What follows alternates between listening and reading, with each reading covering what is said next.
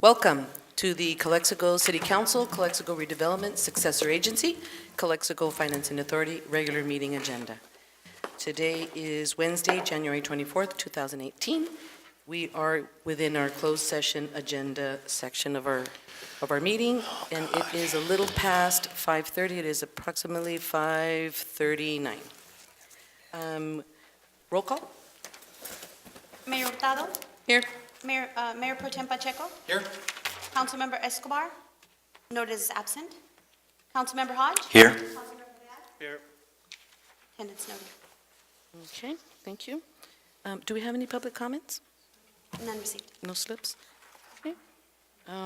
Should I go ahead and read all that? I'm just going to... Okay, so we're going to adjourn then to closed session, and we'll be right back. Welcome to the Calexico City Council, Calexico Redevelopment Successor Agency, Calexico Financing Authority regular meeting agenda. Today is Wednesday, January 24th, 2018. We do apologize. We had a lot to discuss in closed session. It is now 6:42 p.m. City Attorney, do we have any updates from closed session? Thank you, Mayor. City Council met in closed session on the 3 items described on this evening's agenda. We received direction, but no reportable actions were taken. Thank you. Thank you so much. City Clerk, will you once again please take roll call? Mayor Hurtado? Here. Mayor Pro Tem Pacheco? Here. Councilmember Escobar? Here. Councilmember Hodge? Here. And Councilmember Reyes? Mr. Real stepped out for just a He's second. present, he just stepped away for a moment. Okay, It'll be thank noted. you so much. We will move on then to our Pledge of Allegiance, please. Please stand.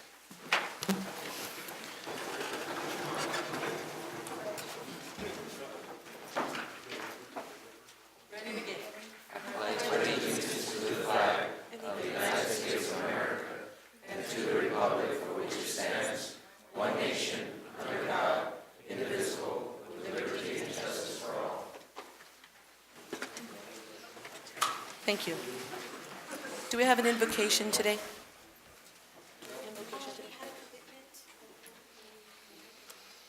Do we have anyone for the invocation today? There he is. Oh, hello.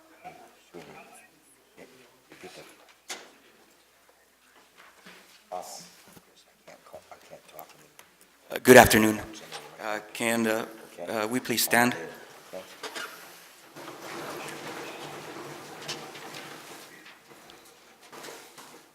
Let us pray. Heavenly Father, we thank you for the freedom and the opportunity to be gathered here today.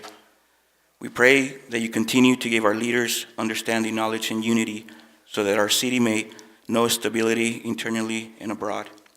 That you continue to give them the wisdom to make decisions that will strengthen and prosper our city. Our desire is that they will make the right decisions concerning the politics and economics of our city. Continue to give them skills and inspired ideas that will prosper our city's economy. Grant them favor from state and federal leaders, and that they may be able to keep good relations. We pray for every department within our city. We pray for the police department, fire department. We pray for our school district. We pray for the families of Calexico for restoration, unity, and blessing. We ask that today's agenda and every item to be discussed will be done in a respectful and peace manner, and resolutions will be made in one accord. Bless our city of Calexico. In Jesus' name we ask, amen. Amen. Thank you so much. Council, do I have a motion for the approval of the agenda? I'll make that motion, Madam Mayor. Mayor, do we have one revision to the agenda? And speaking with staff, we're going to table item number 13 regarding the expiration of a tentative map. We're going to do what? We're going to table it. With new information, it looks like we may not need to bring this item back. Would you like to amend your motion, Mr. Hodge? Okay, I'll amend the motion. I approve of the agenda and Minus item. including tabling item number 13. Thank you. Do I have a second? So moved. First by Mr. Hodge, second by Mr. Pacheco. All in favor? Aye. Thank you so much. Okay, announcements. These proceedings may be viewed on the City of Calexico website at www.calexico.ca.gov the Friday following the City Council meeting. Are we running live today? Where's our recorder? I thought maybe today was also, sometimes we also do our meetings online, and they are running live, so I'm not sure if it's... The camera's up on the back wall. Okay. Straight ahead. There it is. All righty, so presentations. We have a presentation today, happy moment. Who'd like to help us out with that? Presentation of Employee of the Quarter Award.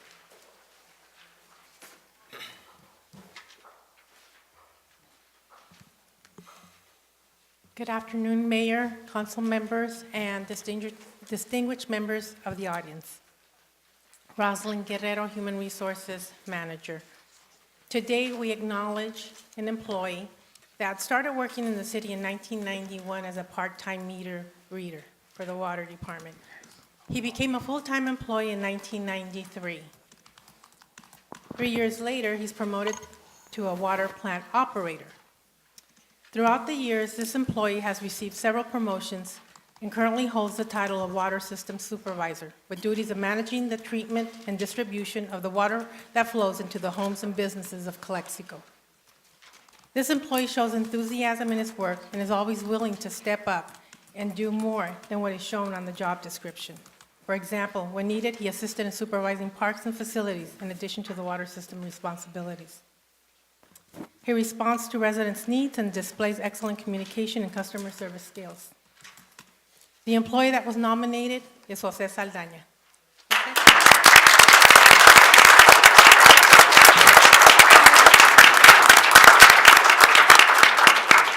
Jose identified a cost-saving measure for the Public Works Department.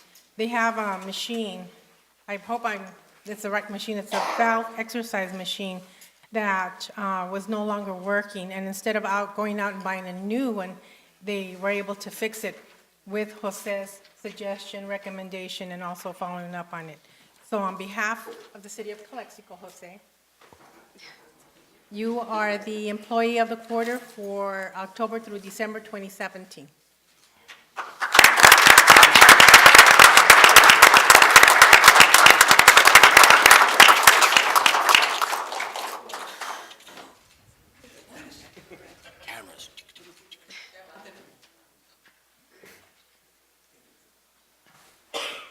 What I'd like to mention is that the Employee of the Quarter receives a $150 check.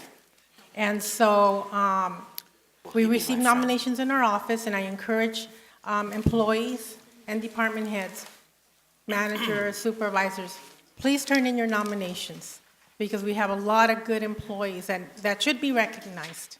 Thank you. Jose, did you want to say something? Mr. Saldaña, congratulations. Now that we have you here, there's a sprinkler out on. No, I'm just kidding. Thank you. Good job, Mr. Saldaña. Congratulations. And thank you so much, Rosalind, for maintaining that program and recognition of our staff. Very important. Very important right now. Okay, moving on. We are now at the public comments section of our agenda.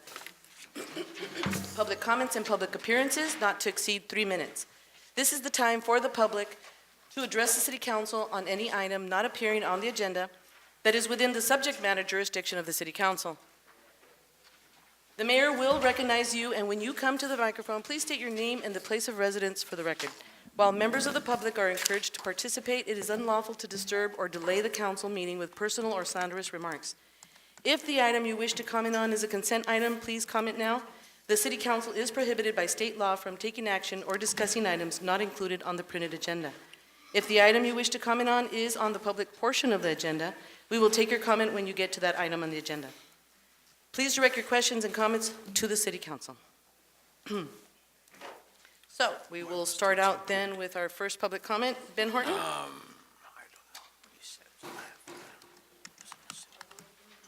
don't know why it was pulled. You made the motion? I didn't make the motion. Yes, I made the motion. Madam Mayor, distinguished members of the City Council, the people of Calexico. I left on the dais a copy of an article that came out in the Imperial Valley Press. And the reason I brought this to your attention is that there are certain things that take place in Calexico that can affect the city economically and also the overall makeup of the city. In this part here, we're talking about the people that park in front of their doors and do different things, and it affects the value of the property. And these are economic things that we should be looking at in order to improve the city. If need be, make certain ordinance that would prohibit certain activities. And this is something for you to look at, to digest, and hopefully move forward on. Thank you. Thank you, Mr. Harden. Thank you, Mr. Harden. I have a question for someone who submitted a speaker request, Alicia Swaim. Is she here? Alicia Swaim. Ms. Swaim, you asked for item 13, but they just tabled that item.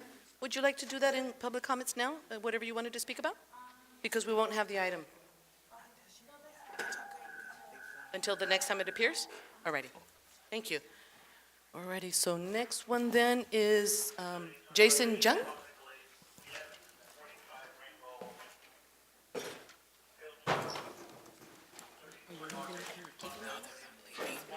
Because it was extended for a year. Yeah. Is he here? All right, thank you. Yeah. I'm here to just say something. Can't write. I heard a rumor that a couple of the police officers have either gotten their settlements or they're going to get some money back or whatever it is. The amount is floating around out there. I'm not going to comment on that. The reason I'm here today is to say, our previous council members have made some really dumb choices in reference to investigations, monies that were spent, criminal charges, this and this and that. It may be ancient history or something that happened in the past, but it's not fair for you guys to go after the fire department and try to take their ambulance away. That service goes to a lot of our senior community members here. And you guys want to take their ambulance away and their livelihood? When in reality, the police department is the one that's bleeding monies out of the city, out of your budget. Like I said, you have Lieutenant Serrano teaching at IVC. He's still teaching and still getting paid by the city. He's double dipping. Do the fire guys do that? Do they get to take a fire engine or an ambulance or a fire truck, or not the big trucks, but their white little pickup trucks to go fix somebody's sprinkler systems? Can somebody from city crew do that? No, they can't.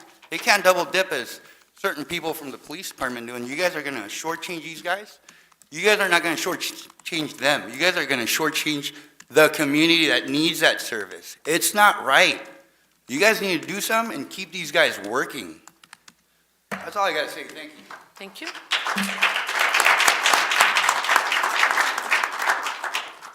I have next Mr.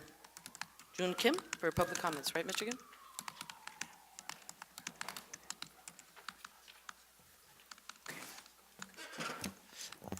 Happy New Year, Happy New Year. Council and the citizens, and also happy marijuana years. It's starting for the marijuanas. And next time, I'll bring the marijuana oil, gift to you all individuals, so you can enjoy the marijuana oils. That's legal. The reason I'm here today is I've been keep showing, informing the council we have money. They owe us money not collecting. First of all, $2.8 million worth gun club, Grand Plaza, they say they're going to buy it, but never pay any pennies. They never pay the lease. How many years? They have $6 million deferred infrastructure fee is never collected. That time was Mr. Hatch was mayor. And they have legal fee, it was not paying over $700,000. Is that our council lazy? Or do they have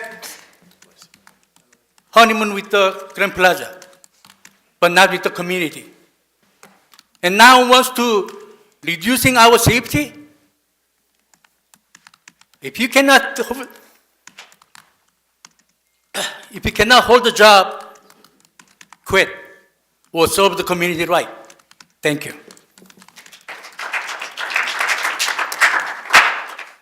Thank you very much. Next public speaker, Javier Gonzalez.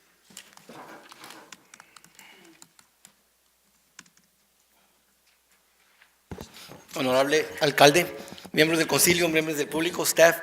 Primeramente quiero dar las gracias al City por, vengo de parte de Kennedy Gardens, Neighborhood Watch, de parte de Kennedy Gardens al señor Saldaña, como dijeron ustedes, el señor Saldaña cuando tomó la responsabilidad de los parques, el primero que les hablamos fuimos nosotros. Él sabe bien, cuando se quiebra algo, nosotros queremos que nos ayuden ya, pero por nosotros vamos a cooperar y ayudar. También queremos dar las gracias al señor David Dale, es el primer City Manager que rápido va al barrio y camina al barrio, se mete a los parques con nosotros y miró los problemas y nos dijo que, pues, la verdad, no había gente, no había tanto, pero de perdida nos dijo algo y estuvo ahí. También queremos invitarlos, vamos a empezar este viernes las juntas para the second Calexico Health and Safety Fair. Después de 20 años se nos hizo la Feria de Salud y Seguridad, gracias al jefe de la policía. Vamos a empezar, se le hizo la invitación al señor Escobar. Y una cosa que está un poco triste, empezamos la feria, participa la policía, participan los bomberos, y estamos en la situación de que pues, ellos no tienen personal para ayudarnos. Nosotros nos vamos a dar de voluntario, y ya dije, hicimos un buen equipo para ayudar y llevar a cabo nosotros la feria sin que ellos tengan que poner pues, personal, ¿verdad? Personal, ni dinero, ni nada. Y se nos hace más triste que hace 2 años estuvimos aquí nosotros hablando de varias decisiones que se hicieron. Por un tiempo el concilio, la mayoría del concilio dijo que no, pero alguien se aferró y hicieron cosas muy feas, muy malas. Y al final salió como esa persona quiso. Y esas decisiones estuvieron mal y nos están costando mucho ahora. Lo más triste fue mirar al alcalde en el departamento de bomberos con una banderita Save Our Services. Nosotros siempre damos la cara y nosotros nos opusimos a que Heffernan diera dinero porque Heffernan no es responsable de la ciudad, no es responsable de los servicios de la ciudad, ¿verdad? Y sí es cierto, como dicen, los muchachos no tienen la culpa de las decisiones, ¿verdad? Y los que van a pagar son la gente. Y no queremos hablar del pasado, pero como dice John F. Kennedy, algo dice John F. Kennedy, the problems of today cannot be fixed with the same people, skeptic people that created those problems. Y hay otra que dice, muy importante, dice, como a wise man once said, an error is not an error until you take responsibility. Y hay gente que no tomó la responsabilidad de los errores que hicieron y estamos pagando todos nosotros hasta ahorita. Y como dice David Young, viene más. Hay que tomar la responsabilidad de los errores, no querer echar la culpa y aún así vamos a poder arreglar esto. Pero como les digo, nosotros como barrio vamos a tomar esa iniciativa y llevar a cabo esta feria. La vamos a hacer el día 28 de abril. Ya el comité cívico nos va a ayudar. Es Environmental Health, House and Safety Environmental Health. Ayer la ciudad de Mexicali tomó acción, el Cabildo tomó acción muy dura porque ya no pueden vivir en Mexicali. El asma y el aire está muy mal. Muchas gracias. Exactly the 3 minutes. Okay. Oops. Gonna not let the doom and gloom get to us, right? No doom and gloom. All righty. Next speaker. Oops.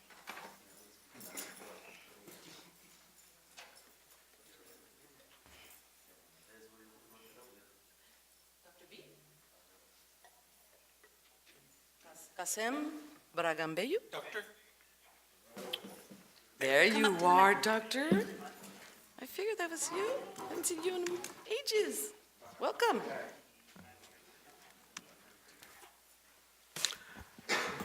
I came to Calexico in April of 1978 and made a total of 5,500 trips between San Diego and this city, which is the Guinness Book of Record, by the way, including doctors in El Centro. None of them have frequented that much. The hospital closed its OB department, so we had to stop delivering babies. And I delivered some babies in the office because of the demand, and of course, they came back and they got upset. They put me on probation not to deliver babies. later on, they congratulated me that I did my job okay because I ran the methadone program given to me by Dr. Amelia Katsagenis. I ran that for 30 years until April of 2014, that suddenly I noticed that they are ordering a huge amount of methadone in my narcotic license without any good reason, not knowing that 2 months later, a lady that until 2 days ago when I talked to this young lady here, I thought she was an employee of the city of Calexico, but they say no, she is not, even though the building across from this building, she attends that. So she took the employment away from me for the 38 years that I kept coming back and forth. And I had made a family here fairly legally because I was a bachelor at the time. I ordered a reconnecting of the two ovarian tubes of this young lady in Mexicali, providing that I do not become a father of her child, but of course I did become a father of one of her children.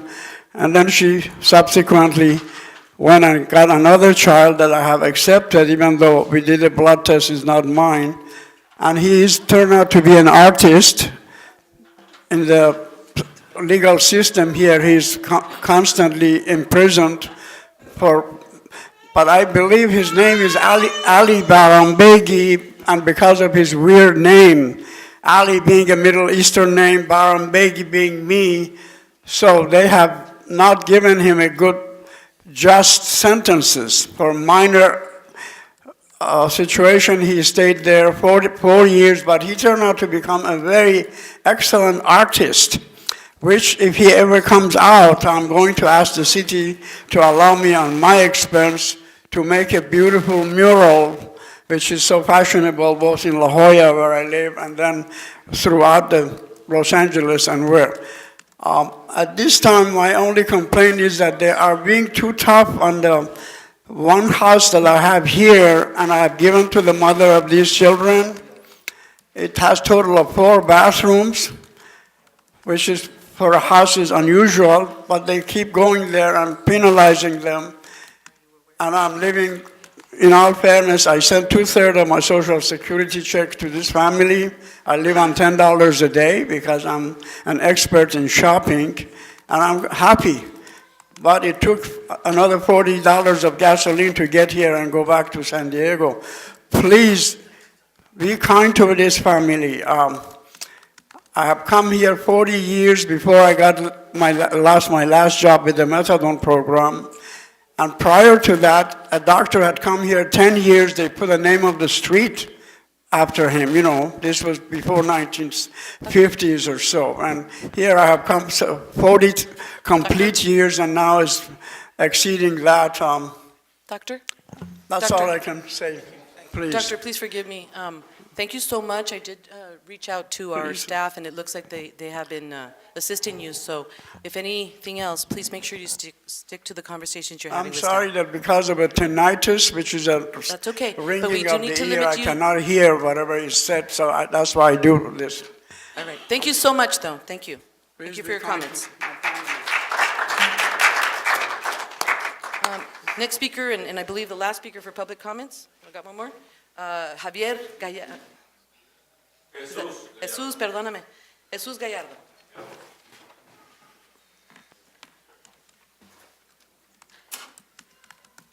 Buenas noches, City Council. Ok, ha rolado mucho en Facebook que van a hacer defund una estación de bomberos y de paramédicos en el lado oeste. Y veo que vamos a hablar sobre el budget en la agenda. ¿Podemos presionar o ustedes pueden hacer algo para que no la cierren, para que 20,000 habitantes de aquel lado no se queden sin servicios de primeros auxilios, las 3 escuelas que están alrededor y todos los viejitos de sección 8 que viven de aquel lado? Y es pregunta directa y espero respuesta directa. Jesus, remember, you're doing public comments. Public comments is not the opportunity for us to have discussions back and forth. It just doesn't work like that. Okay. Yeah, sorry. So this is my comment. Do something. Mandy, please. 3 minutes of Ms. comments. Maritza, and I still got like 110 But we are seconds. listening, Jesus. We are definitely listening. You sure? So, yes, sir. We all do. Sí, So Javier. if you'd like to go ahead and continue with your comments. Okay, my comment is this. Please do something about it. Please don't advertise agendas. And really, please don't let that happen to my city. ¿Oíste, Mandy? Gracias, Javier. Mr. Hodge? Jesús, no Javier. Javier. Chico. Gracias. Thank you very much. Okay, last speaker for public comments is Ismael Lopez.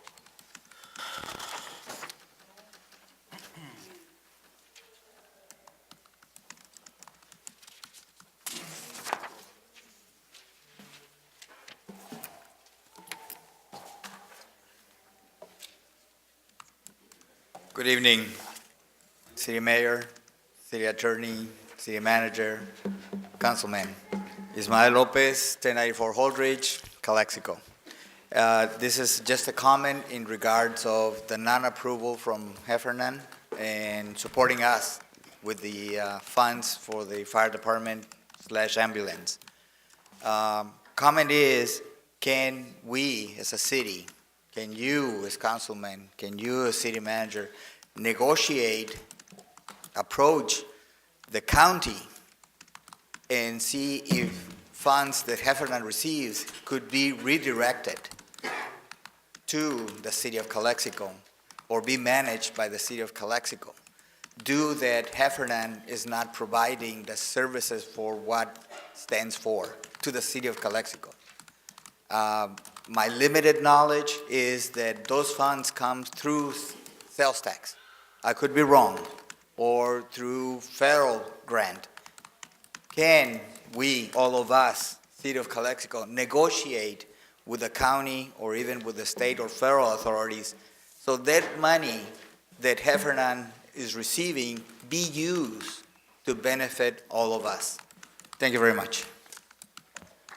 Thank you very much, Mr. Lopez. Okay, that's it on the public comments portion. We will now move on then to the city council comments and reports of meeting attended. Mr. Escobar, would you like to go ahead and begin? Two quick comments, actually three. Wanted to congratulate Senator Haller. I believe she was named to the State Library Commission, if I understood the article correctly. She's usually, oh, there you are. Congratulations. I'm not sure if it's the Library Commission, but I know you were appointed to the State Commission. So congratulations.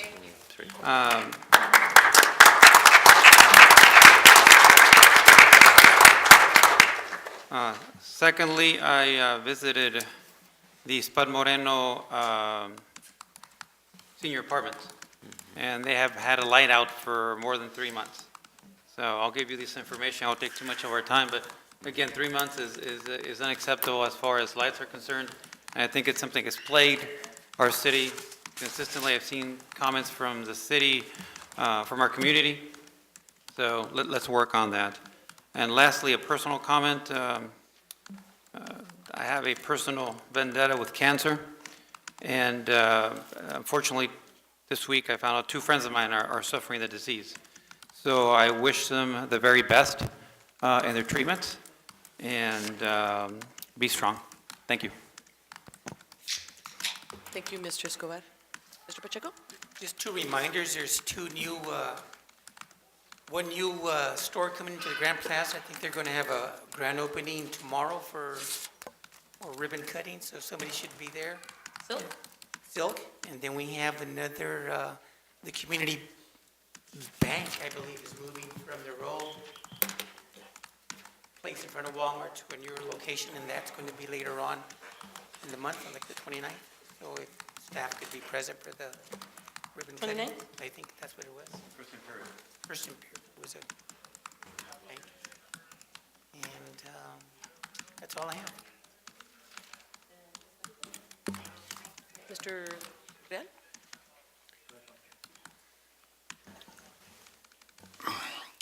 Last night I attended the Measure H quote-unquote discussion because it could not be a meeting. Sadly to say, it was sort of it was an embarrassment. We had no city clerk, and I understand that our real city clerk is out, but no one there to substitute for her. and no key administrators. And the problem was there couldn't be a meeting because the appointees had not been sworn in. And so I just want to suggest that this happened first time with bid, and now it happened with Measure H. So we, including myself, we don't seem to be overlooking the commissions, and I think we need to vet out all the, what the commissions needs to be, what commissions need to be sworn in, the commissioners. We need to do this in some systematic manner so that we don't face this embarrassment again. It was a waste of time for them, and fire department, some of the fire members came, and it just didn't work out.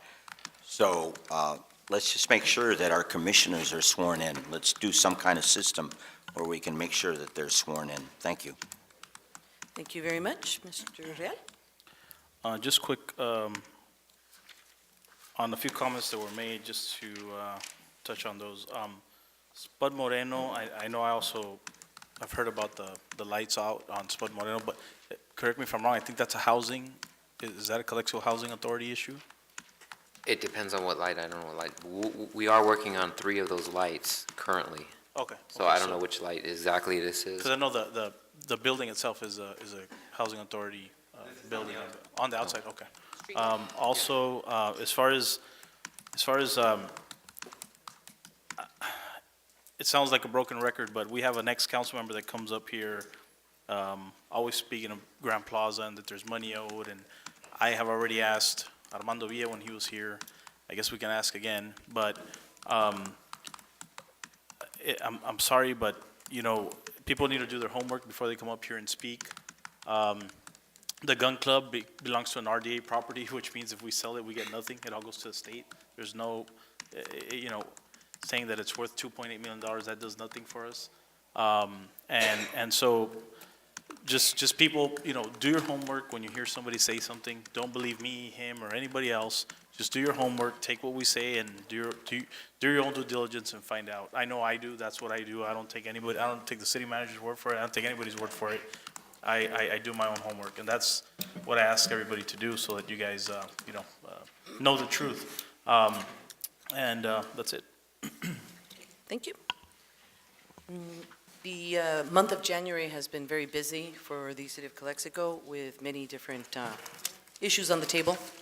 And the Christmas time brought us many lines through Imperial Avenue, which I also consider it considerable concern because it didn't go away after December was over. So there was quite a bit of noise about that, and we have been having meetings right now with many of the authorities from the Mexicali administration.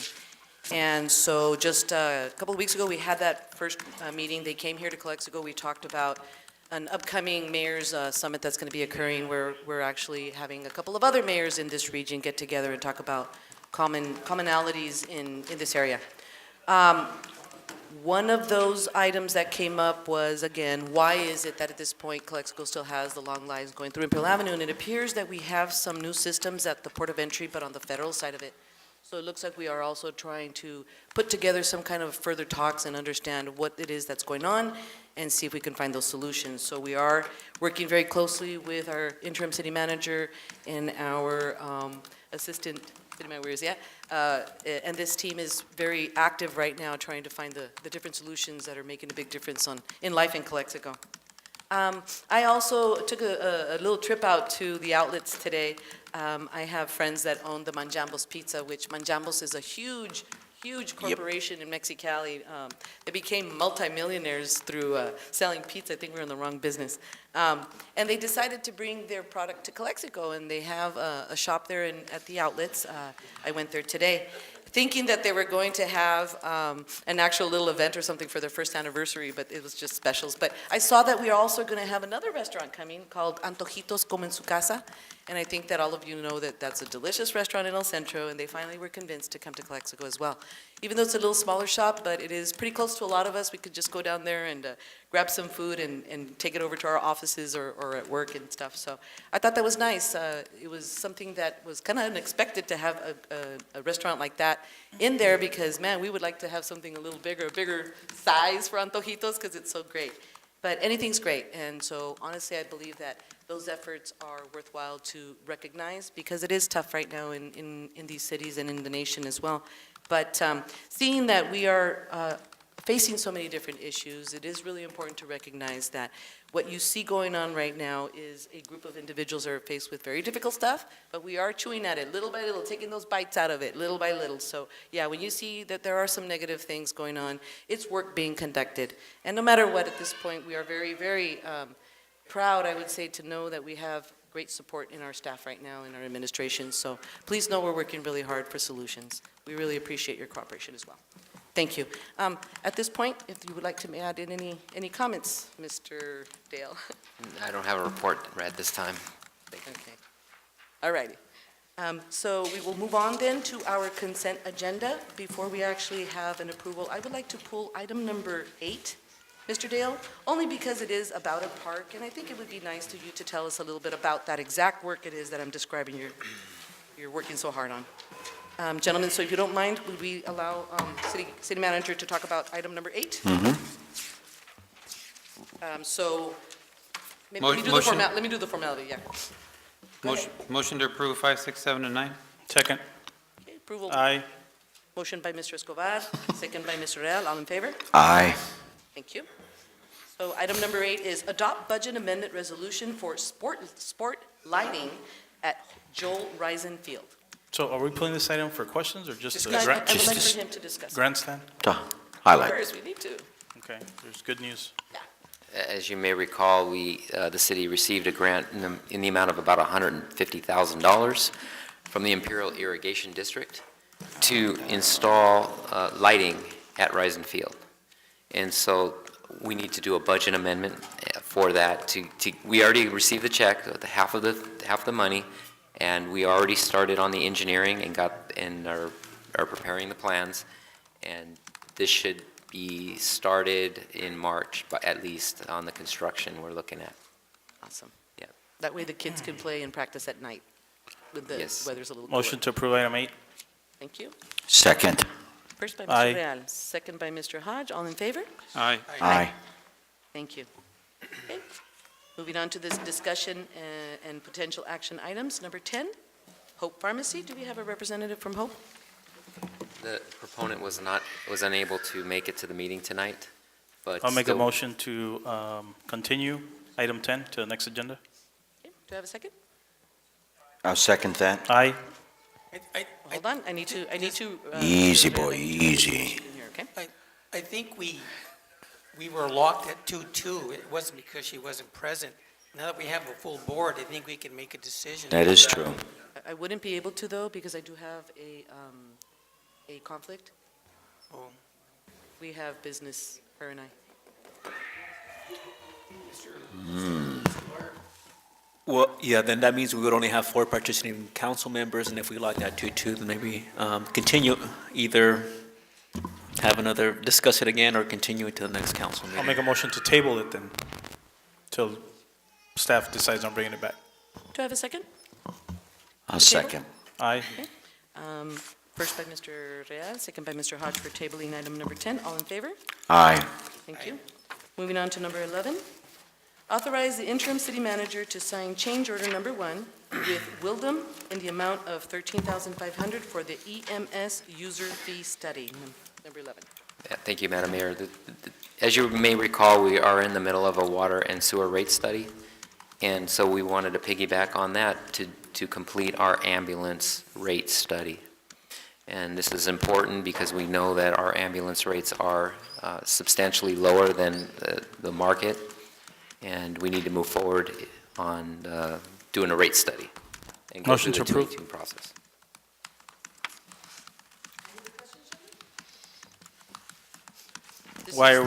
My only question is why we're doing it now and not 5 years ago, but yeah, let's get it done. Any questions? No? I second the motion. Aye. First by Mr. Real, second by Mr. Escobar. All in favor, please say aye. Aye.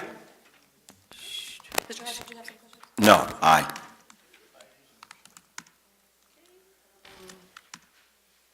Now we're on item number 12, but I do have two speakers for item number 12, so we'll do the speakers first.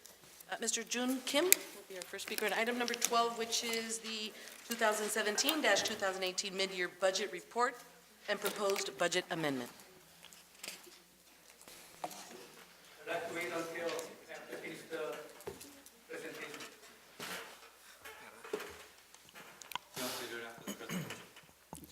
Does he get to pick? My understanding is it was always before, right? Yeah, I mean, it's up to the discretion of the presiding officer.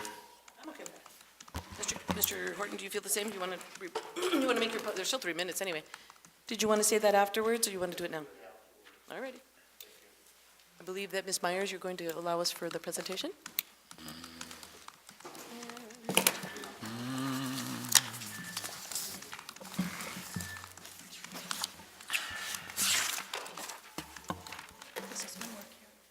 It doesn't work that way. The other one's better. Okay. A little static.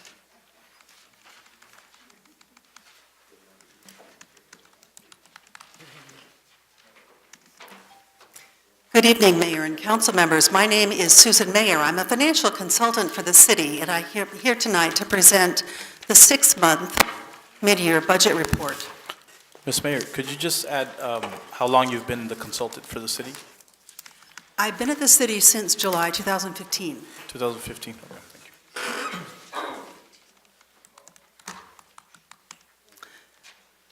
you. Eduardo, if you could advance the slides, please.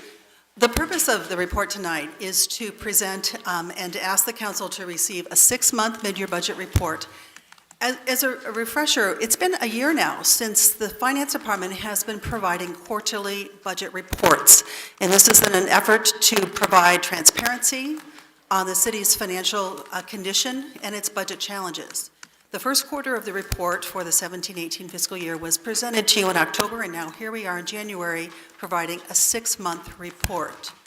Along with the staff report that was in your agenda packet, and for the public who is interested in looking at this information on the web, there's over a dozen detailed pages of revenue and expenditure detail for each of the city departments, general fund departments, and for all the funds.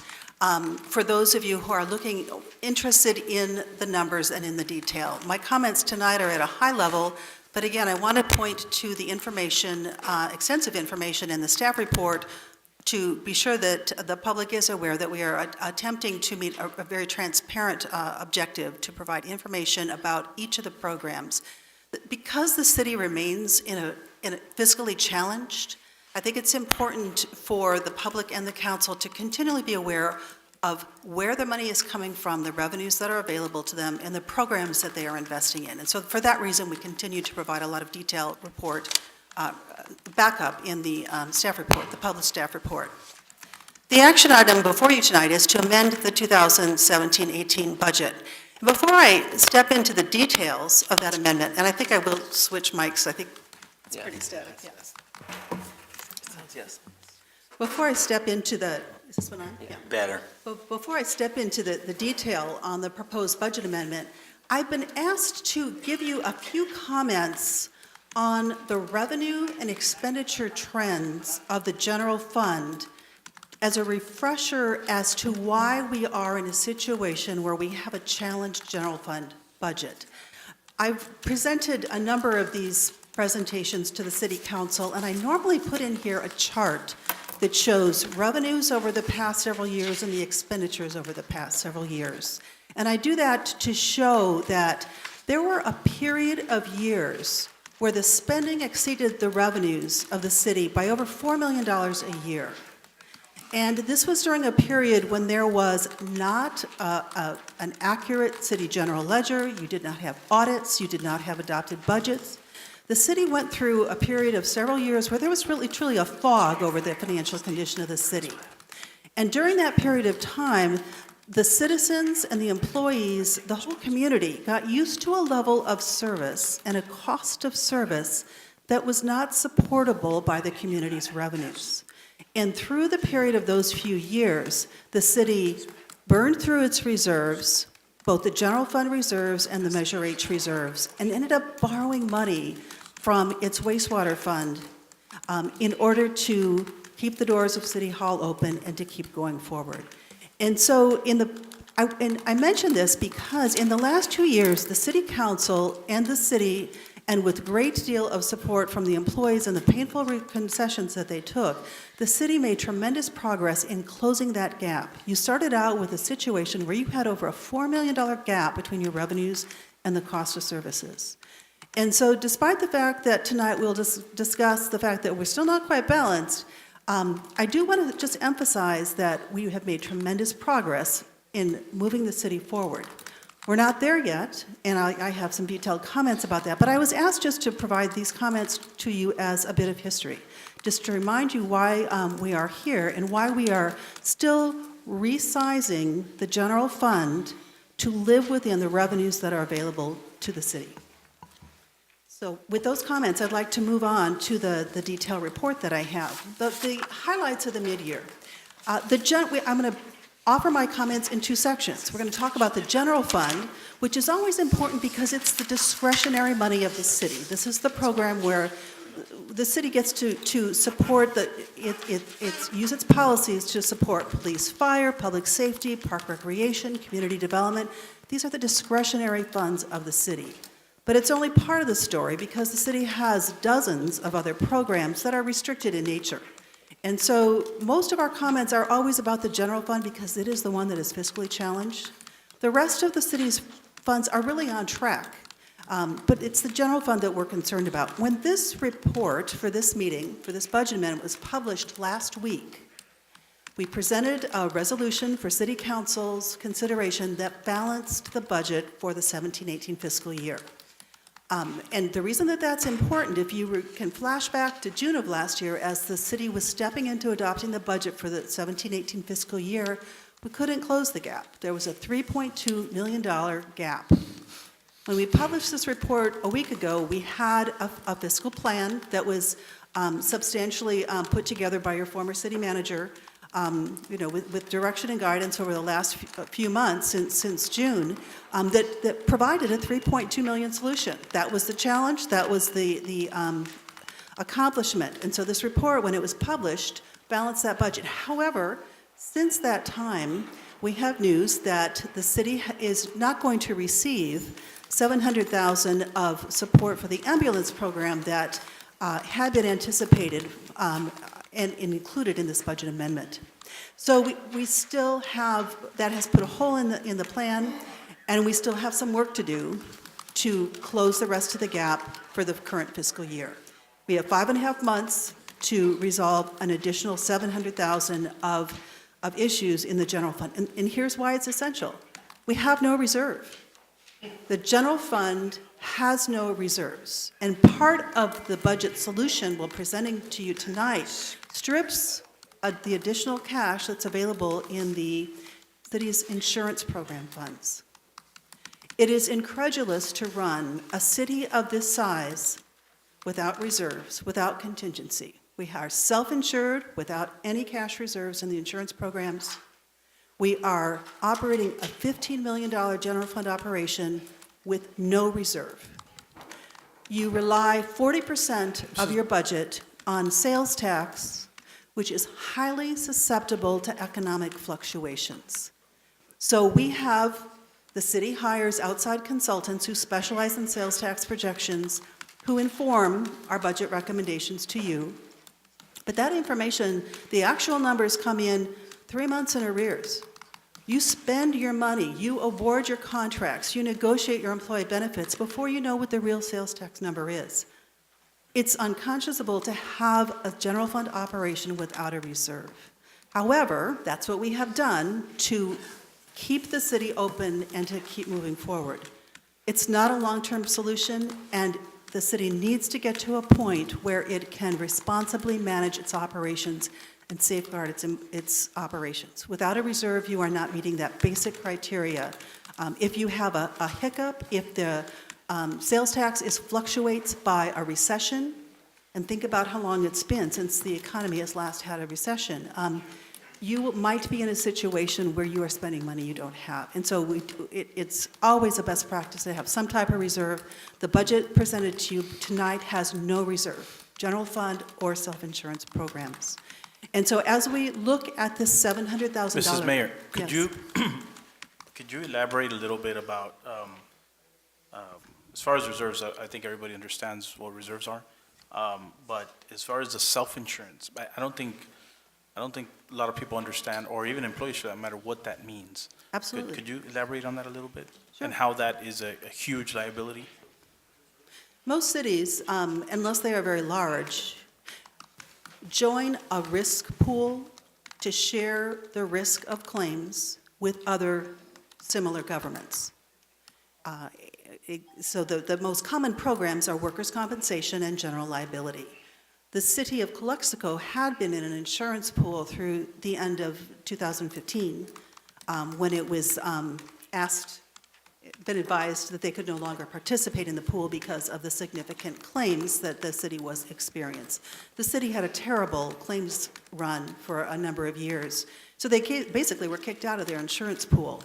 The city did not have the capacity to join another pool because of its track record, so by default it became self-insured, which means that you do have an excess insurance policy for catastrophic claims, but you self-fund your claims up to a certain dollar amount for workers' compensation and for general liability. Each of the city's programs, departments, contribute a budget for contribution to an internal service fund where you manage the claims administration, you manage your administrative expenses for the program, the people that you hire to run these insurance programs for you, and then you also pay the claims from there. You receive an actuary report that tells you what you should expect to set aside.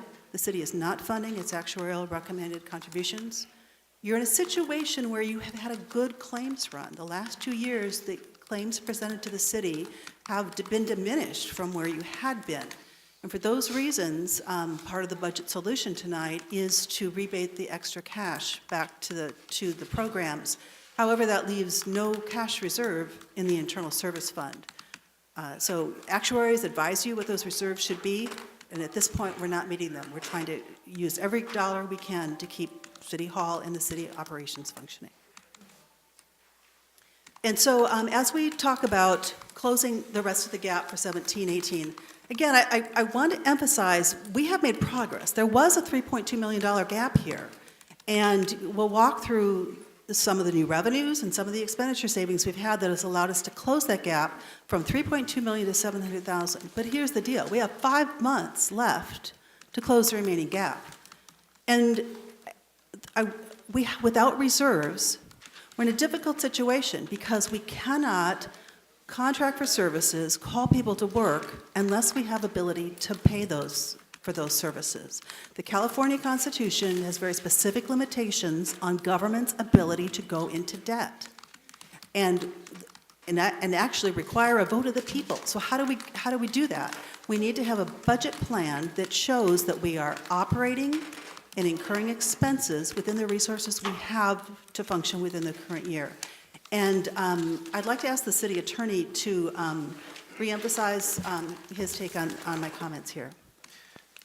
Yes, as we did last year, I want to highlight again that it's crucial that we do have a balanced budget because knowingly approving a budget that's not balanced can potentially bring some personal liability.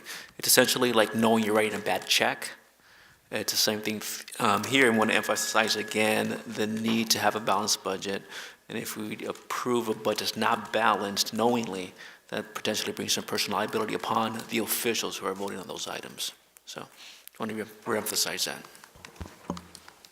So we have a little more work to do to close the rest of the 17-18 budget within the general fund. If you'd move on to the next slide, I'm going to brief you on the specifics of the general fund in 3 categories. For the first slide, it talks about beginning fund balance.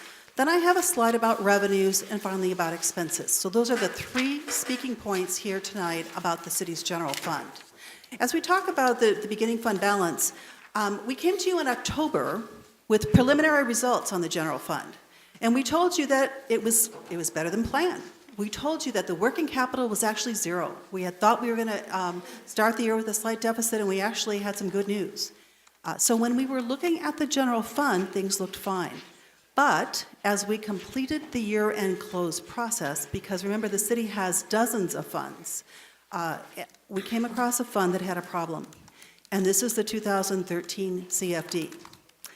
It turns out 5 years ago, 2013, and incidentally 5 city managers ago, an agreement was signed to provide a general fund support for the debt service on one of the CFDs. It was a sales tax sharing commitment. And this commitment was overlooked in the accounting processes. Since 2013, there have been no budgets, accounting, or tracking of this commitment. And this came to light because the debt service has been increasing on the CFD, and the CFD had a cash shortage, and when it was investigated, we found that that CFD agreement actually had a very complex 4-step waterfall calculation that determines how much the general fund has committed in an agreement signed 5 years ago to the CFD. And so this was new news. And the general fund had to contribute $600,000 to catch up for the prior years. And going forward, we have a commitment. Again, it's a 4-step calculation, but in the current fiscal year, it's about $280,000 that is needed to commit to the debt service on this CFD. So this was a surprise. And as a result, we no longer had a beginning fund balance of zero. We are actually behind the budget by, it's $120,000 worse than the original budget plan. So that's my first message to you, is that the general fund has started off behind the ball of where we thought we were and what we reported to you in October. Moving on to the next slide, I'd like to make a few comments about revenues, and there's a bit of better news here. The main message here is your tax revenues are holding steady. In fact, the sales tax are slightly up. The property tax is slightly down, and these, again, are very negligible differences, but the main message is a huge sigh of relief, that right now your taxes are holding. And we will update these projections again before we bring you the final budget in June, but it looks like you're okay on the taxes. And again, that sales tax revenue is 40% of your combined general fund and Measure H revenue, so it's huge that we have achieved that target. On the program side, there are 2 programs that are increasing their revenue projection.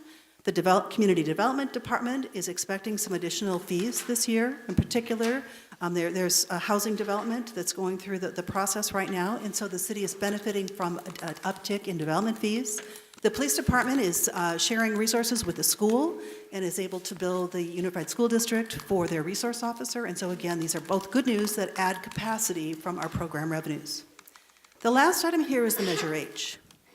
The Measure H sales tax brings in just around $2.5 million a year, and of that amount, the first $1 million goes to debt service, and then there's another $1,250,000 that is committed to police and fire salaries. There's a small residual each year, and in years past, that reserve has been transferred to the general fund. The city manager advised us not to do that in 2017 because of discussions with the Measure H committee. And out of respect for that committee and that process, the reserve was not transferred in 2017 and was not budgeted for transfer in 2018. However, at this point, we're recommending ongoing discussion with the Measure H committee, which was attempted last night but apparently not completed. And so the budget amendment does propose the transfer of the surplus from both the 17 and the 18 fiscal years, $400,000. That is the revenue message. So if we go to the next slide, I have just a few comments on the general fund expenditures. The city has held many positions vacant during the year. Our current projection is that there will be $1 million of savings contributed to benefiting the general fund. And when I say benefiting, that's a tough word, because if the positions aren't filled, that means services aren't being delivered. Something's not being done. However, in this cash crunch situation, we will recommend that the budget be, for salaries and benefits, be reduced by $1 million to reflect the projected annual savings. But to come up with this number, we took the actual staffing in December and projected the final payroll through the end of the fiscal year to see what we thought at the current staffing level, what this number might look like.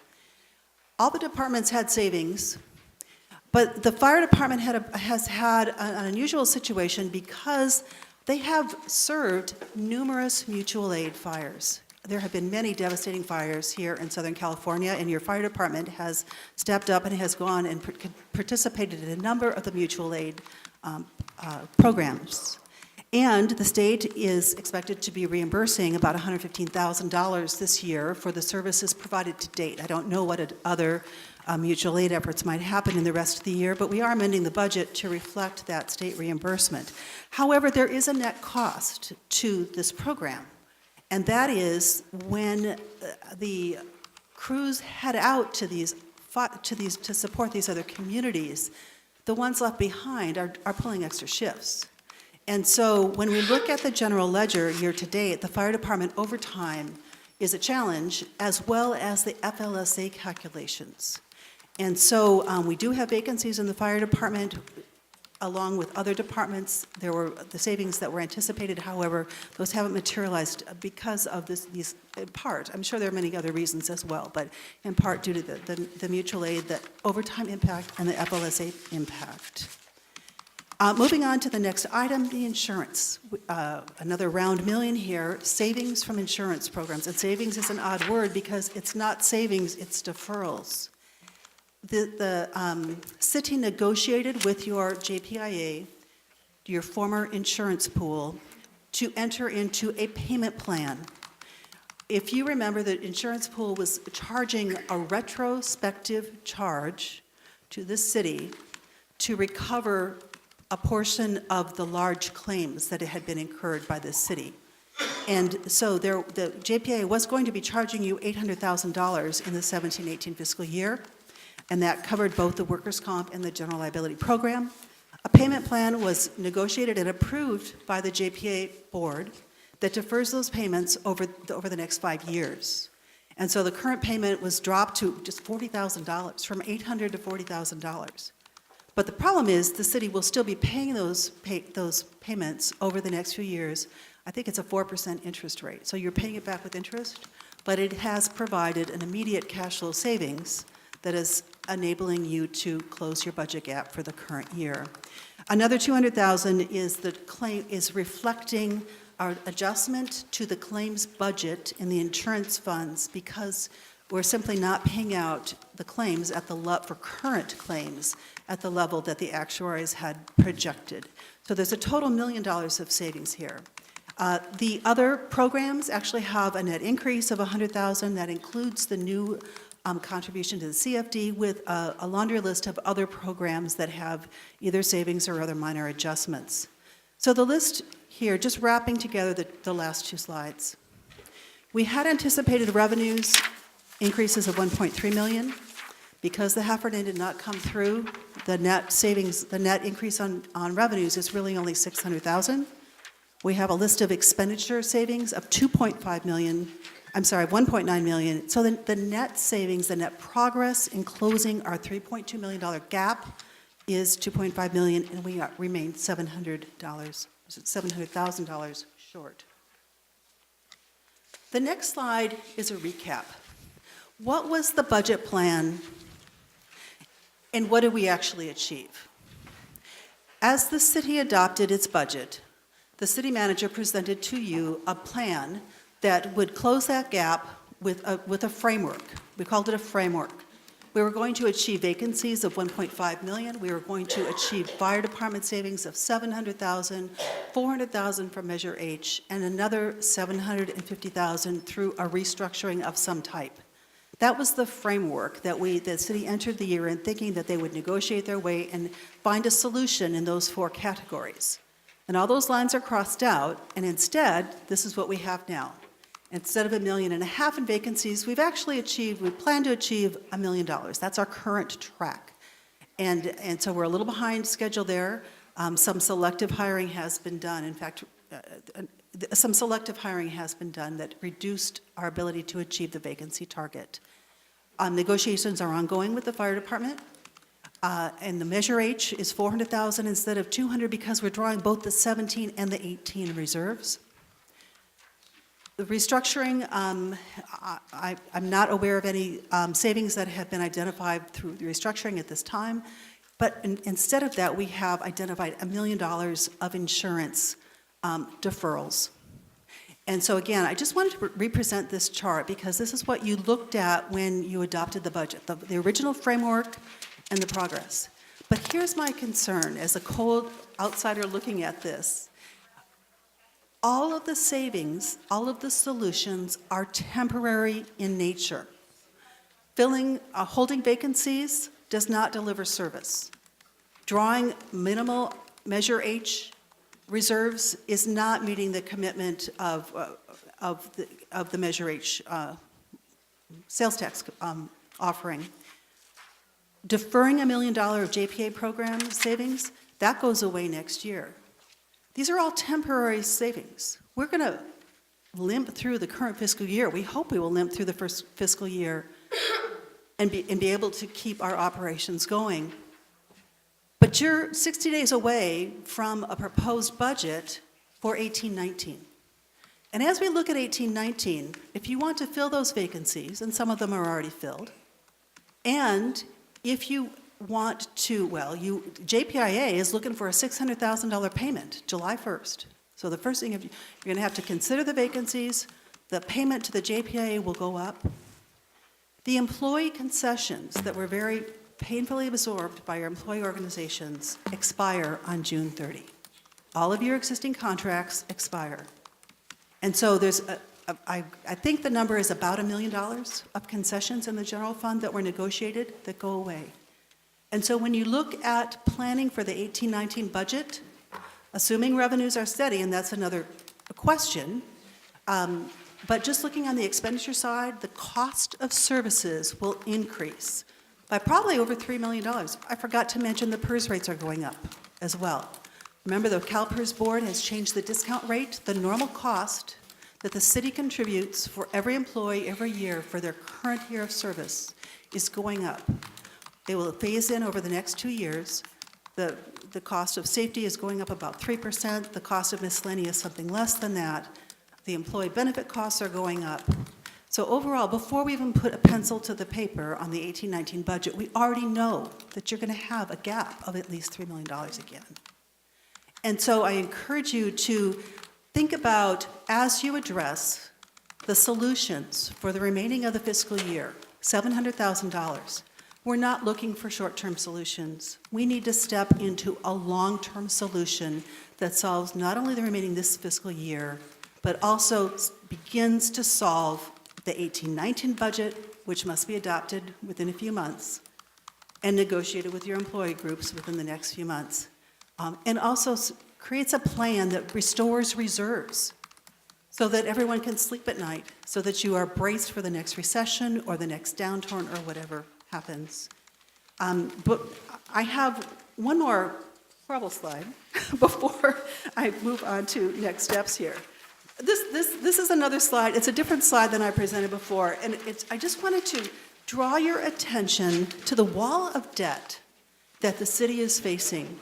And this is not bonded debt. Many governments issue bonds to make capital improvements because they are improving the infrastructure, they are creating assets that benefit the community. And the thought is that you are then paying for the asset over the period of time when that asset is providing service back to the city.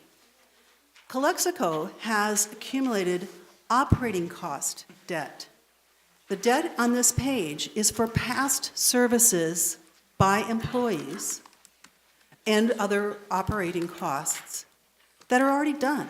We're already done with them. There's no future value. These services have been provided, yet the city has accumulated $61 million of operating cost debt for past services. And I'm going to talk about each of the four very briefly. The wastewater advance was done in 2016. And that was to address the 2 years of horrific overspending. And that was a 5-year repayment plan, and you are in the second year of that payment plan, and you're paying that back with 2% interest. The JPIA is the orange on this slide. This is the payment plan that was just negotiated with the JPIA insurance pool. The payment jumps up by $600,000 next year and will be paid again over a 5-year period. The gray on this is the CalPERS pension debt for unfunded liability. Calexico is certainly not alone in this. All government agencies across the state have been caught up by the CalPERS situation in which benefits were negotiated and promised and contracted for, but then it turns out that the cost is higher than the actuaries had assumed. So what you're looking at here is the debt on the actuarial losses. Every year the city has contributed to CalPERS what has been asked, but the CalPERS investments over time have not achieved their goal. People are living longer. There are different actuarial assumptions that have been used, and these numbers come from the CalPERS projections. And as you can see, this gray box grows over time. This is for past service costs. This is not the normal cost that employees are earning for their current service. This is for past service costs. This is a huge mountain that will increase over time. I just can't say enough. This is for past service costs. The last band on this chart is retiree medical. The city is not in a situation where it has had the funds to fund its retiree medical obligations like it has with CalPERS. With CalPERS, we've always sent money. It may not have been enough, but we sent money. With the retiree medical, the city has not established a trust or begun to provide that investments to fund for those services for the future. Again, this retiree medical band here is payment for credits already earned by your employees and your retirees. And so this is because you are on a pay-as-go method. As people live longer, as you have more retirees, as the medical cost goes up, that's another cost that is growing. I put this chart here as a reason to remind everybody why issuing more debt, deferring more costs, is not a credible solution, because you already have a situation where these growing payment obligations will crowd out your other ability to fund other services. Just wrapping up here my general fund comments on the next slide, please. I put this in red because these are really absolutely important. The general fund needs a structural change.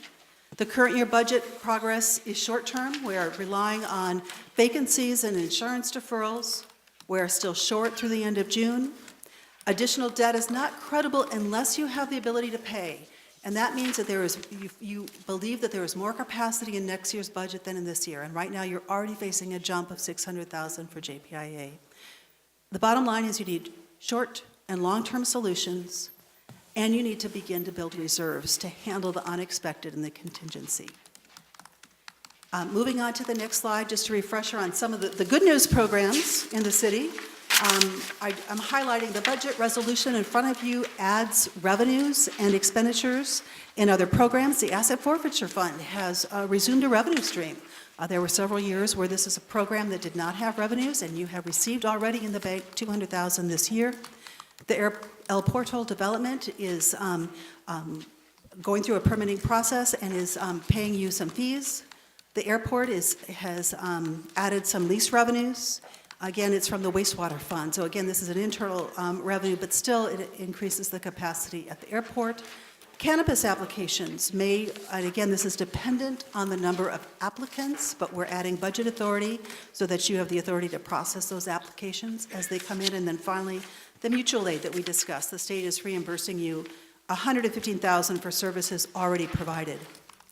As we look ahead on the last slide here, I just wanted to walk through again the financial planning calendar so you're aware of the dates and how information will be rolled out to you.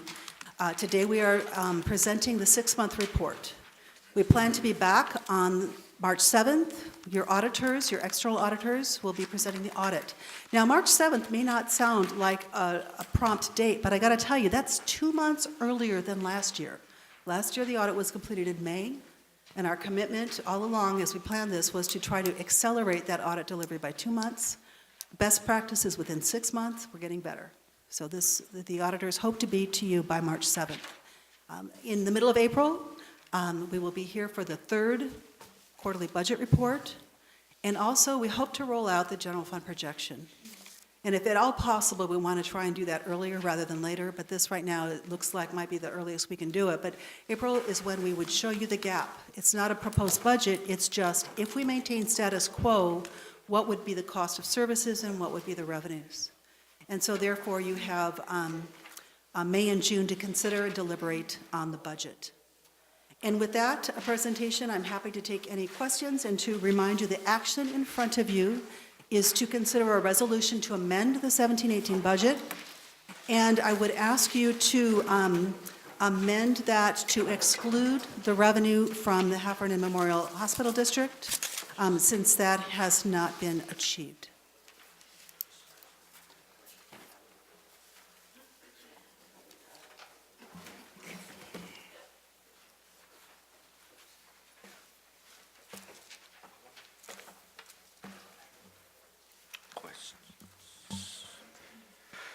We're completed with your presentation?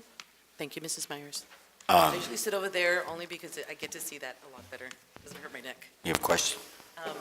I think that maybe what we could do is, if you don't mind staying there, we'll go from Mr. Escobar down the line and see if you guys had any questions. Mr. Escobar?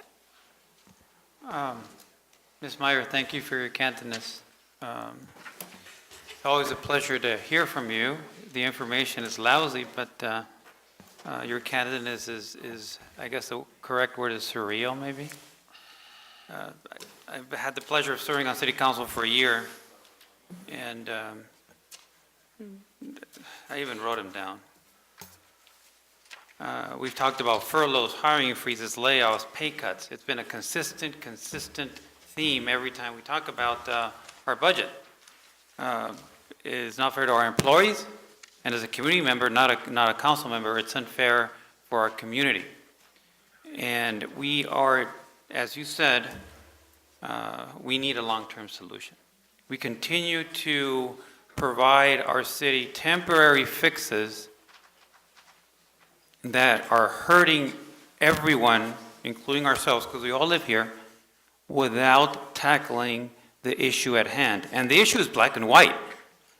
We make $1, we can't spend $2. It's very simple math. Why we have continued to do this, it is a challenge for me, but it is something that we need to work on, and we need to work on now. We can't continue to do temporary fixes because it's unfair for everybody involved, including me as a community member, not a council member, as a community member for 44 years. We need long-term solutions to this issue, bottom line. No ifs, ands, or buts about it, and I'm hoping that all my council members are in agreement with that. Am I wrong with that assumption? No. Thank you. Thanks, Mr. Escobar. We're shortchanging our community. We are not providing minimal. It is minimal services that we're providing right now. We're just barely getting by. It's what it is, and we're maintaining, but as Ms. Meyer says, you're just putting your finger in the dike and you have no reserves. You have nothing to make up for it. If something catastrophic were to happen, we just don't have it. And things are going up, prices are going up, insurance is going up, everything's going up, and we just don't have money and reserves. So, yes, we're shortchanging our citizens, and we need to take a really good look at what we're going to do in the next couple of months to make sure that we get a balanced budget. Thank you, Mr. Pacheco.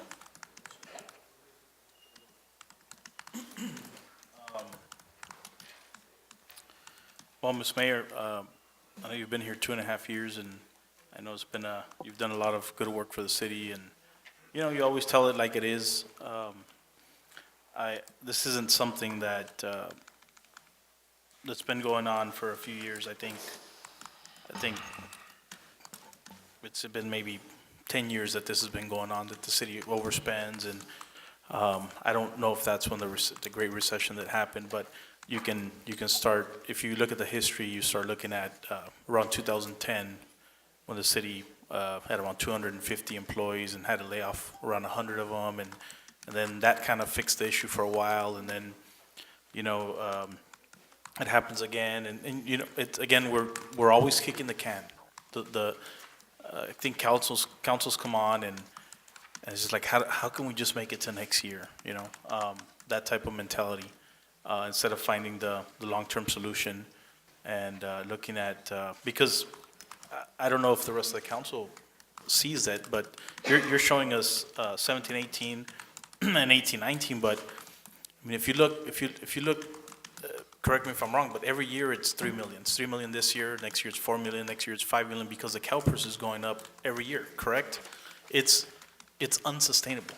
There's nothing coming within these next couple of years that are going to give us $2-3 million worth of tax revenue. It's just not going to happen. And I know that nobody likes the messenger when they say, this news, when you bring bad news, but this is a reality. We went to the taxpayers first for Measure H to try and help. That happened because that money's gone. Now we're going to Heffernan. Now we're going to Measure H. Now we're again, I just hope the council sees this and really understands the severity of it. And if not, then what's going to happen is going to happen. It's going to continue to kick in the can for a year, 2, 3. I don't know how long we can go. I think that's the question.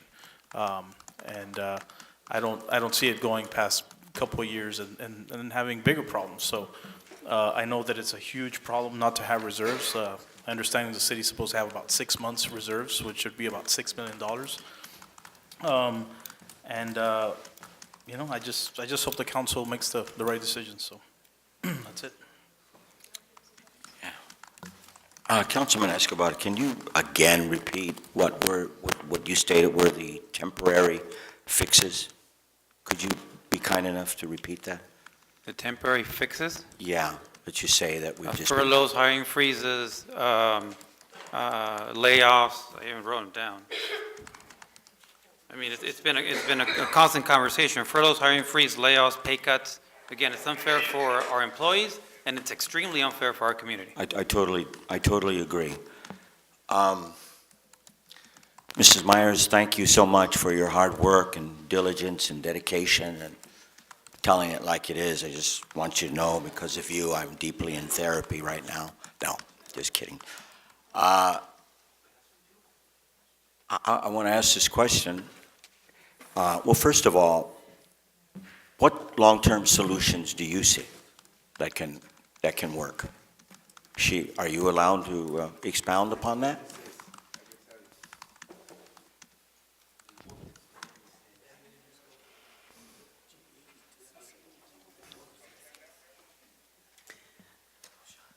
Calexico certainly isn't the first city that has financial challenges. I think many cities will be facing financial challenges because of the CalPERS issue alone.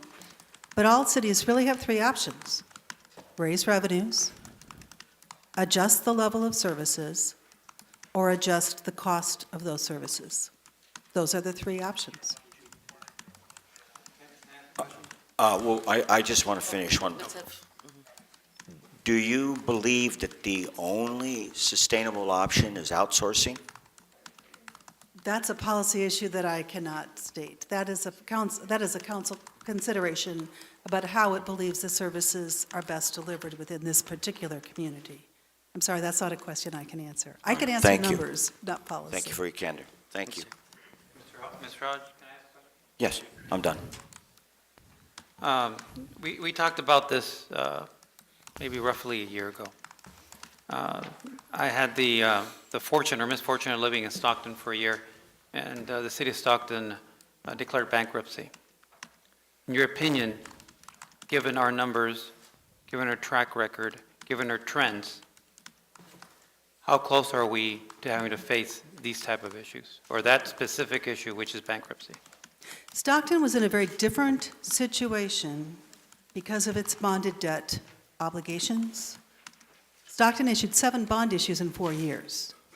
Stockton successfully negotiated with all of its employee organizations, severely reduced the workforce, and did everything within its power to adjust its services level and the cost of services. What Stockton could not do was address its bonded indebtedness. And it sought the protection of the bankruptcy court to provide an opportunity to negotiate with its creditors. But in that case, the creditors were bondholders. In Calexico, you have only one bond issue secured by the general fund, and that is your Measure H, and it is nominal compared to the $61 million of obligations you have that are substantially to your employees and your retirees. This is an entirely different scenario, and I would refer you back to legal counsel under what, to answer that question. But this is a very different situation than Stockton. In Stockton, it was all about the bonds. This is not a city with outside debt. Your debt is to your employees and your retirees. Thank you. Yes, I am. I have a very technical question for you. You mentioned, when we were looking at this page here, that there had been a surprise. You said that we had overlooked the commitment, the future liability. And in an overall general, I guess, observation, that happened a lot. And so I call those carry forwards and maybe even some carrybacks. In the accounting world, those are the future liabilities that, because I think about the everyday practice of what we do. We have many different boards that are making financial decisions. We have, like this activity here that we're talking about, we'll call them deals that are being made by our city management with developers that cause these future liabilities. Where is it? Where do you feel it was that the disconnection occurred? When this occurred, it occurred so many years ago. Was it within that transition of going over to the new software we lost it? Or, because I always think we need to understand the process of a deal making or that future commitment that either we're going to have a finance director or someone with that staff to be recording those type of activities, or something needs to be much more hyper attentive to the fact that how did that happen? I would like, because I saw that happen a lot. I remember we did that also with our fire truck responsibility. I believe it was something like 600,000 or something like that wasn't recorded either. And those surprises are the ones then that become accumulated all of a sudden right now, and we now see that we have a completely different position. So looking at it in that standpoint, what is it that we did wrong or that we can continue to correct so we do not lose track, no matter who our city manager is, because it is true, in my case, it's been 7 city managers.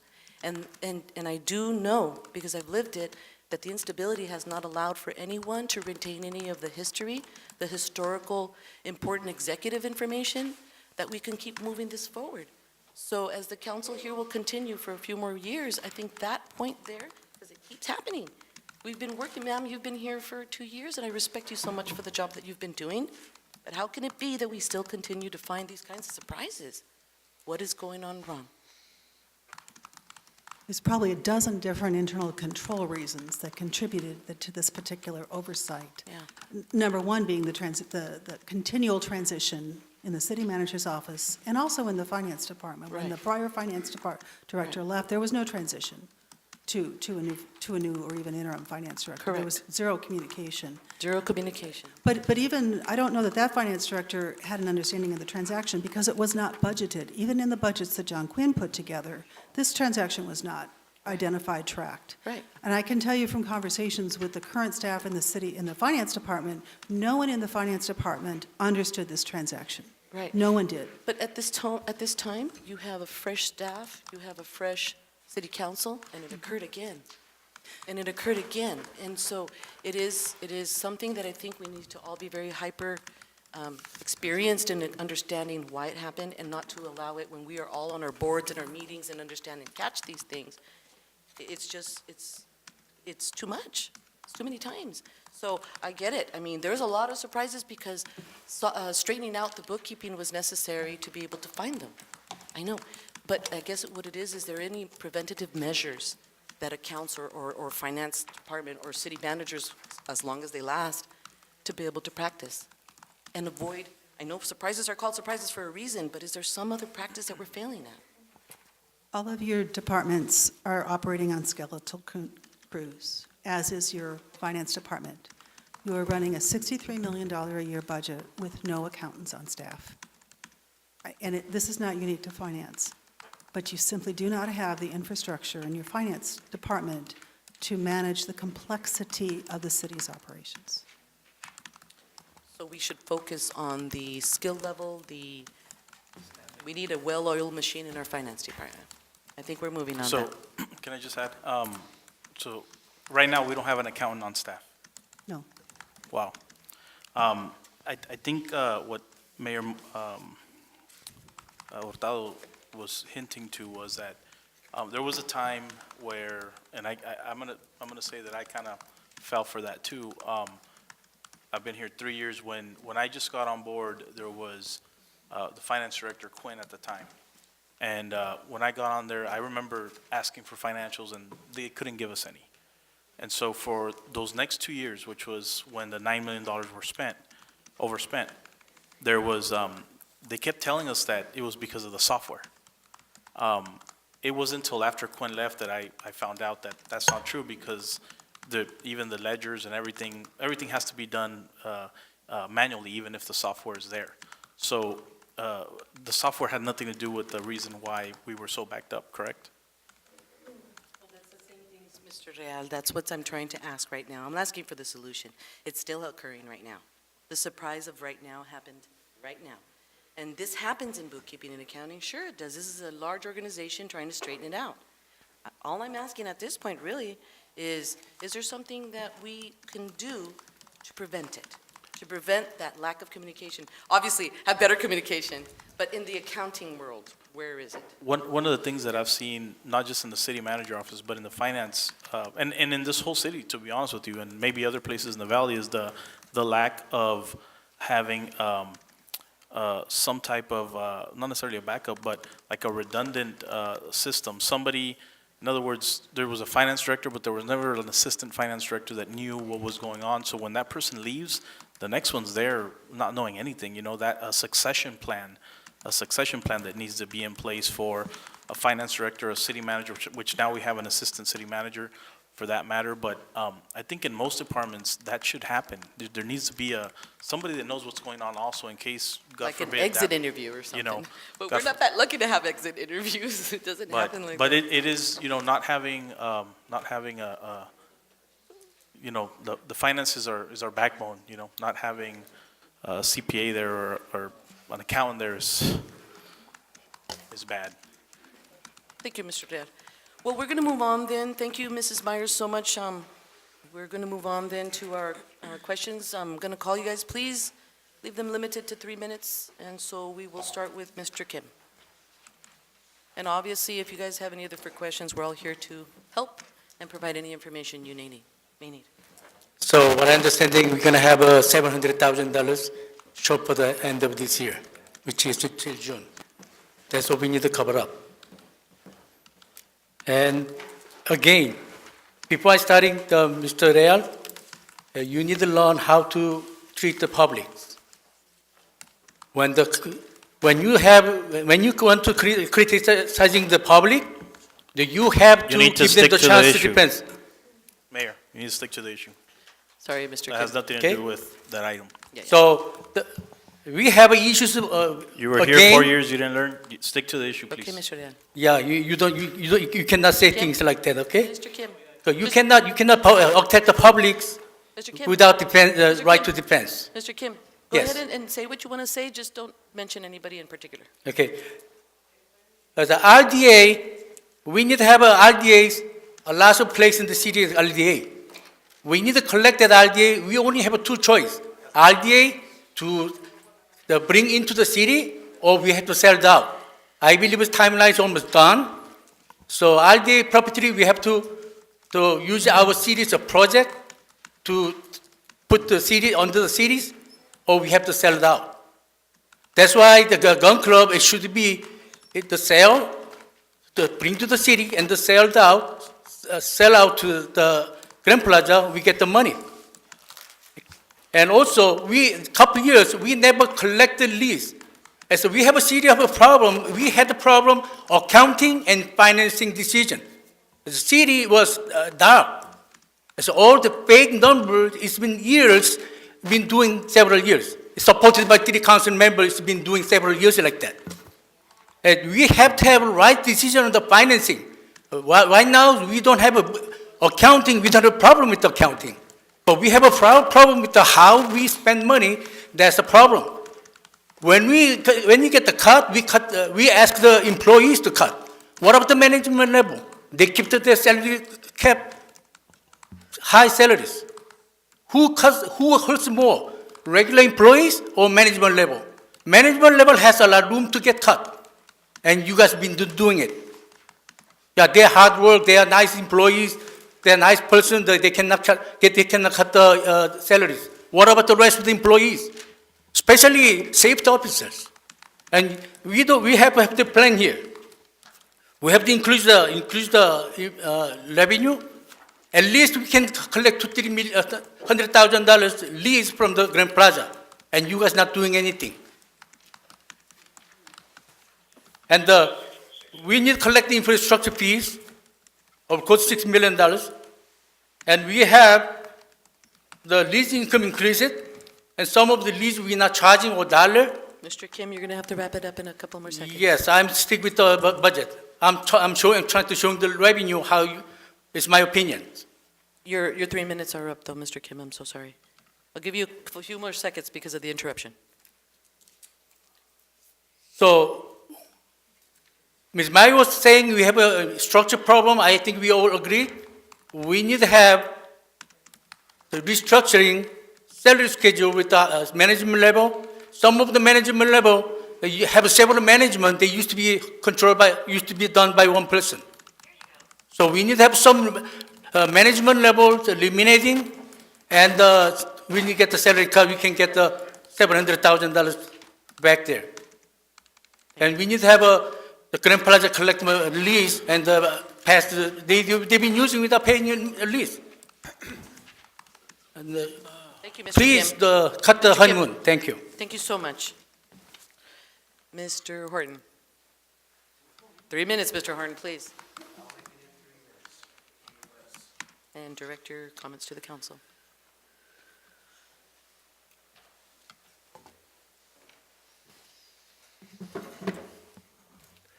I believe this, and I believe it truly, sincerely. No plan is a plan for failure.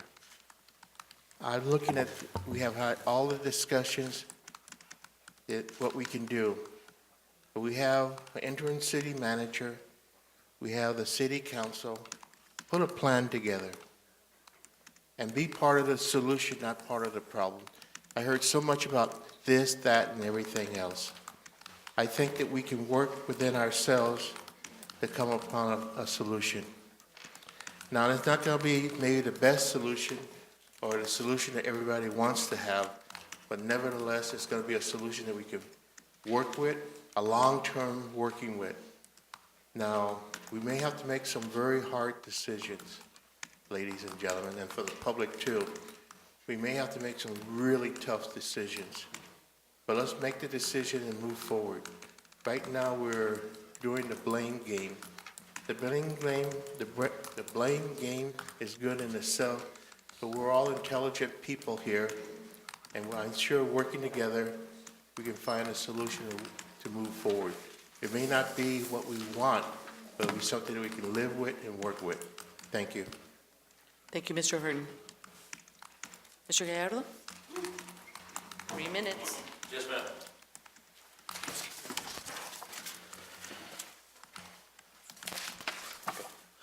Okay, just for the consultant, what's her name?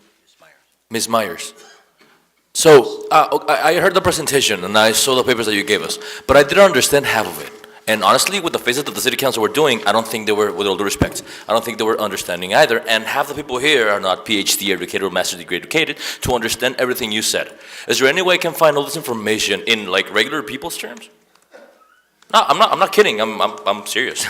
Is there any way we can find all this information? Mr. Gallardo, this is a moment of public I know, comments. but there's no way I can answer these questions. You have access to the council, and we need to handle it a different way. This is public comments only. So there's, Public comments only. okay, as a public comment, we should totally have a platform so that when we have these nice presentations, we could understand them instead of just listening and. Are you on the Finance Review Committee, or you have been on the Finance Yes. Review Committee yourself? Yes, You are on the Finance Committee right now? the bid. On the bid, okay, which is a financial Yes. commission as well? Yes. And they are combined with the Finance Review Committee? Yes.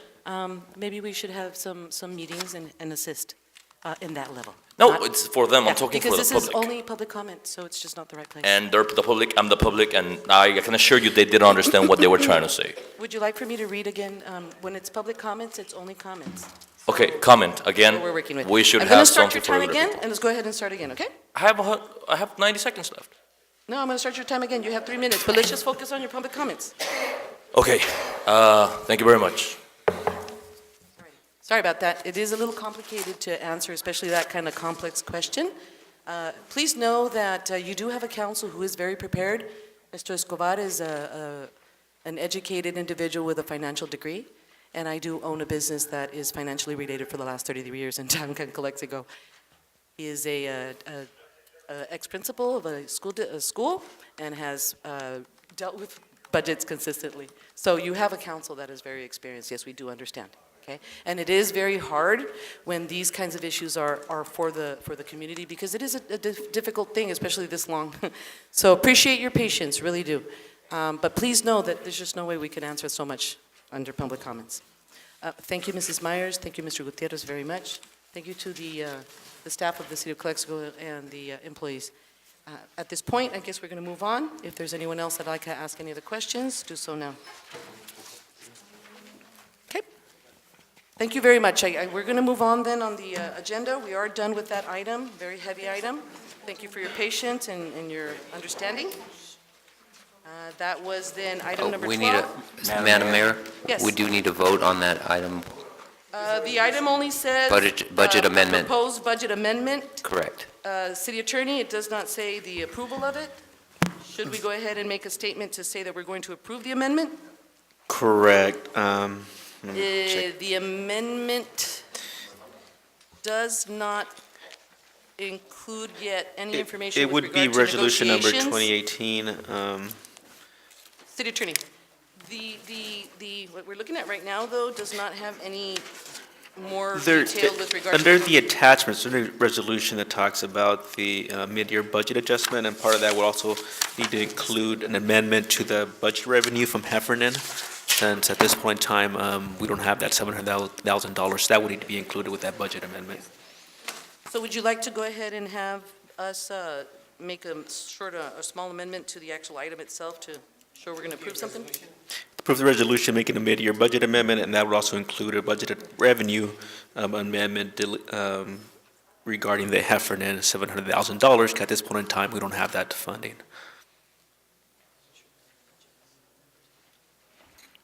I motion that. What? What he said. Yeah, we'll second it. Can we be very clear what amendment, because this is such a summarized report, what exactly is the budget amendment that we can show the public?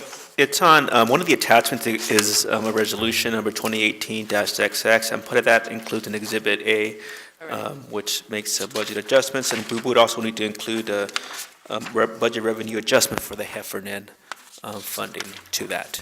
Okay, so since it looks like we're all in agreement to go ahead and move Yes. forward, although the Need to be agenda clear. does not indicate that we're going to vote for the approval, we shall do so in agreement. Yes? Yes. And we're missing 3 members, so may I have an, Well, we made a motion and we second, so we are going to vote on the resolution and the changes. Yes. who did the motion? It is on there. Okay, he's gone. Can I have a new one? All right, He's I'll not make, coming back because it looks like he's leaving, so can I have a new one? He won't be able to vote on it. Make a motion that we accept the add to item number 13, 12, the resolution number 2018 XX,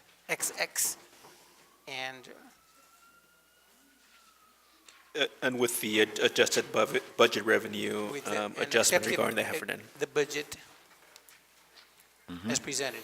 I'll second that. First by Mr. Pacheco, second by Mr. Hodge. Mr. Escobar, you want to participate in this vote? Did you get to hear, did you hear the motion? One more time. The motion is that the item on number 12 did not include verb language indicating we were going to do an acceptance of the budget today. So we all agreed that we would go ahead and accept and modify the language of the agenda item. I just got a first from Mr. Pacheco, a second from Mr. Hodge. All in favor? Aye. Aye. Thank you very much. Number 13 was tabled, gentlemen.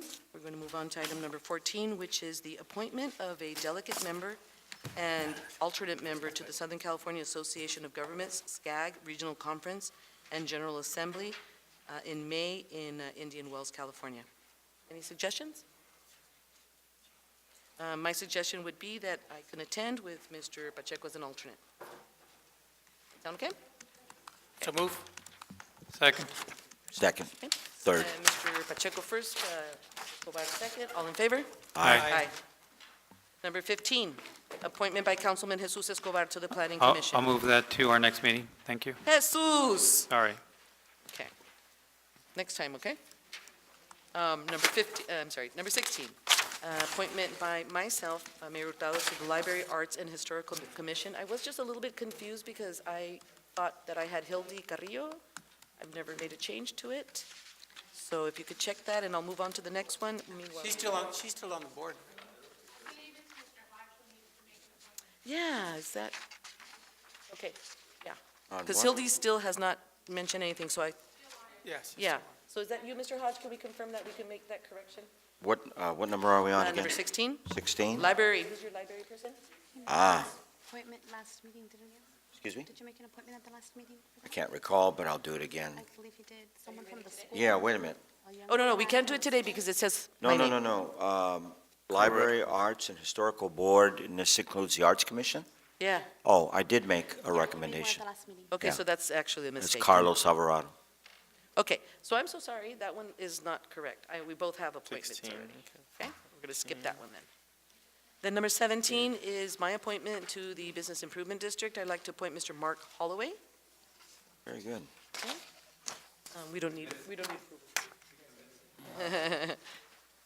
We don't have to vote on these. The number 18 is the appointment by Mayor Hurtado of an administrative hearings officer pursuant to the Municipal Code Section 1.2 hearing officer. This officer is, I guess, the gentleman or person that would be hearing about any disputes with regard to tickets or things like that, right? I would like to assign Mr. Ernie Medina for that position. And then number 19, it says appointment by Mayor Hurtado to the Centinela State Prison Citizen Advisory Committee, not a very, very active one, but we have it. And I'd like to assign Mr. Germán Javier Jiménez to that. Excuse me. And then we have number 20, that's the appointment by Mayor Hurtado to the Oversight Board for the Calexico Community Redevelopment Agency Successor Agency. I understand they just had a meeting just recently, or are going to have a meeting? They're going to have a meeting. Yes. Yeah, what day was that one? We're looking to schedule it for Tuesday. Next Tuesday? This coming Tuesday, yes. Okay, just remind me, I did see the email. I would like to appoint myself in that board. Just keep close tabs with me on the dates on that, please. Yes. And then number 21, Mr. Hodge, you asked me for that one. Yes. You're already serving very well on ICTC, so Yes. we'll leave you there. And then Thank you. we need one alternate. Mr. Pacheco would was. you like that one? Were you already the alternate? That's fine. Okay, we'll keep that. And then I don't remember who was our rep for IVEDC. Is that you, Mr. Escobar? He's still on. I'm the treasurer, but I do it on the private side, not as a member of the city council. Do you think I'd that like might to be a take- conflict? yeah. I'd like to be appointed to that. You want that one? Okay. So then that way we won't even mess with the conflict possibility. Alrighty, number 22 then, Mr. Pacheco, you're appointed then to the, wait a minute, as a primary. You're the primary. Who would like to be then an alternate? Would you like to have Mr. Real, even though he's not here, appoint him? Gentlemen? Yeah. Yeah? Okay. Previously, Appointed, Mr. Villa I don't know what he's- used to what attend the are you meetings. It would doing, probably be man? good Get for our over city here. manager and our assistant city manager Oh, to attend those as always. well. Always. Always. In this case, it's the question about us as a council, which we would like to have as reps from council, which we always support IBEDC anyway. Alrighty, so would you guys like to spend some time on future agenda items or not? Or do we go ahead and go? Gentlemen? Anybody have any future agenda items? Or we're just gonna No, I'll wait next time. Alrighty, we have a consensus, we have communication, right? Good. So no future agenda items. So thank you very much. This meeting is adjourned. Not bad, not bad.